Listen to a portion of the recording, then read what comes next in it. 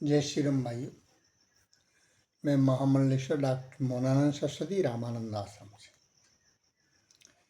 देखिए, परमात्मा को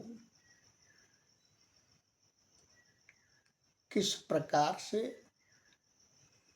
प्राप्त किया जा सकता है, तो वेदांत कहता है कि ब्रह्मम वेदै सर्वम, यानी ज्ञान के द्वारा उस परमात्मा को जाना जा सकता है। लेकिन इसका विपरीत करते हैं, यानी जगत सबको लगता है, जगदीश किसी को नहीं लगता।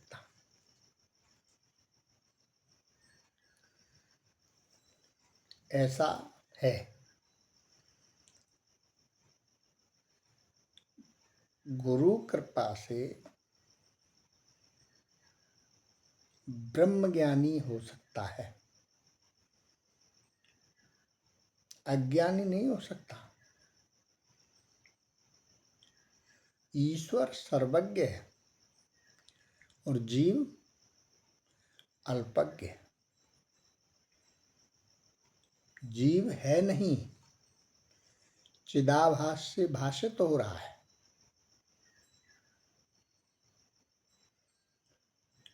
असमर्थ है, अल्पज्ञ है, अज्ञानी है, चिदाभास से भाषित हो रहा है नहीं। लेकिन अब इसको यथार्थ करने के लिए कहा है, ईश्वर अंश जीवय विनाशी, चेतन अमल सहज सुख राशि। यानी यहाँ देखिए, ईश्वर को अविनाशी नहीं कहा है, ईश्वर अंश जीव अविनाशी, यानी जीव को अविनाशी कहा है। यदि उपाधि हट जाए, अल्पज्ञता हट जाए, तो जीव ही ब्रह्म, यानी वही परमात्मा है। अब हम इसका उल्टा करते हैं। कहना तो यह है, परमात्मा से मत मांगो, केवल परमात्मा को मांगो।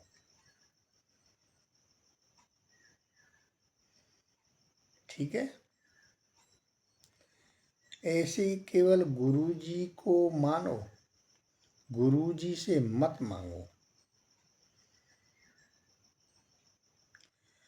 आज यदि भारतवर्ष में धनवानों में यदि न्याय होता भाई, और गरीबों में संतोष होता, तो दुनिया में आज कोई भी भीख नहीं मांगता।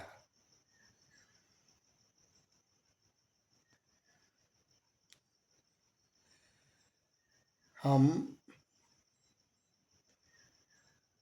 गुरु जी की बड़ी कृपा होती है, सतगुरुदेव की। कान फूकने वाले गुरुओं की बात नहीं कर रहा हूं। किसने कहा है अपचेत सो दुराचारो? कितना भी दुराचारी हो, मैं उसे सदाचारी बना देता हूँ, साधु बना देता हूँ। गुरु जी वो पारस है, कैसा भी लोहा हो सोना बन जाता है।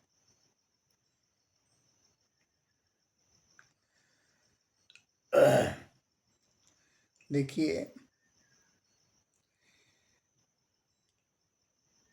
सनातन के और वेदांत बहुत मत है। अद्वैत मत, द्वैत मत, द्वैताद्वैत मत, तो त्रेताद्वैत मत, त्रेता योग वाला नहीं, 3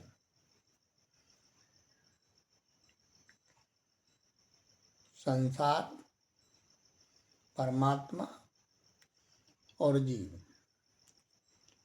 अद्वैत यानी एक परमात्मा, उसके अलावा कुछ नहीं। एक को ब्रह्म द्वितीय नास्ते, एक को हम भविष्यामि। अब द्वैत जो है भक्ति में बनता है, अद्वैत में भक्ति नहीं बन सकती। अद्वैत में तो ज्ञान बनता है। कैसे? द्वैत में भक्ति कैसे बनेगी? हम और हमारे राम दो हो गए,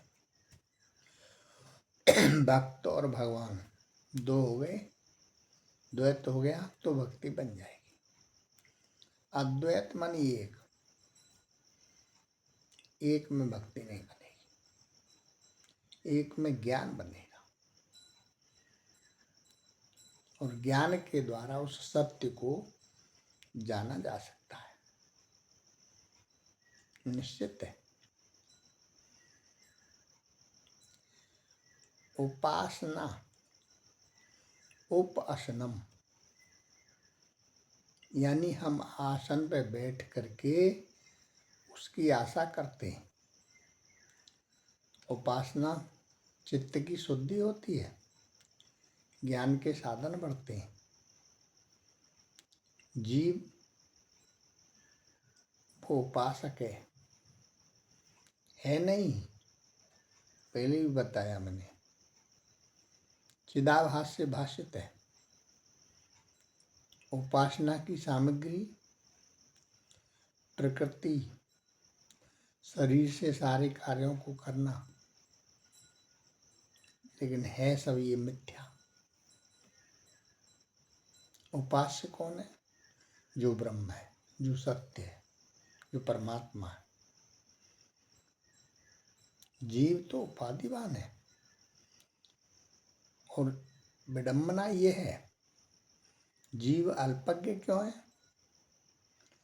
क्योंकि वो अपने इस शरीर को ही स्वरूप समझ बैठा, लेकिन ठीक नहीं माना उसने।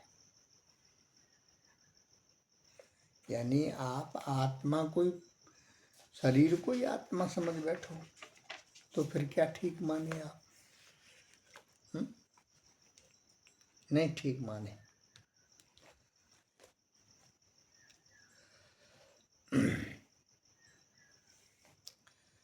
सत्य में कोई भेद नहीं होता, सत्य में कोई मिलावट नहीं होती। ज्ञान से सत्य को जान लिया, सब कुछ जान लिया।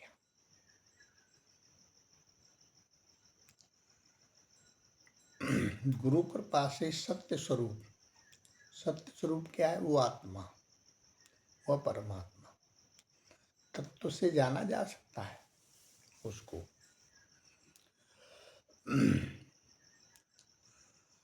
और शरीर से आत्मा को नहीं जा सकता, आत्मा से शरीर को जाना जा सकता है।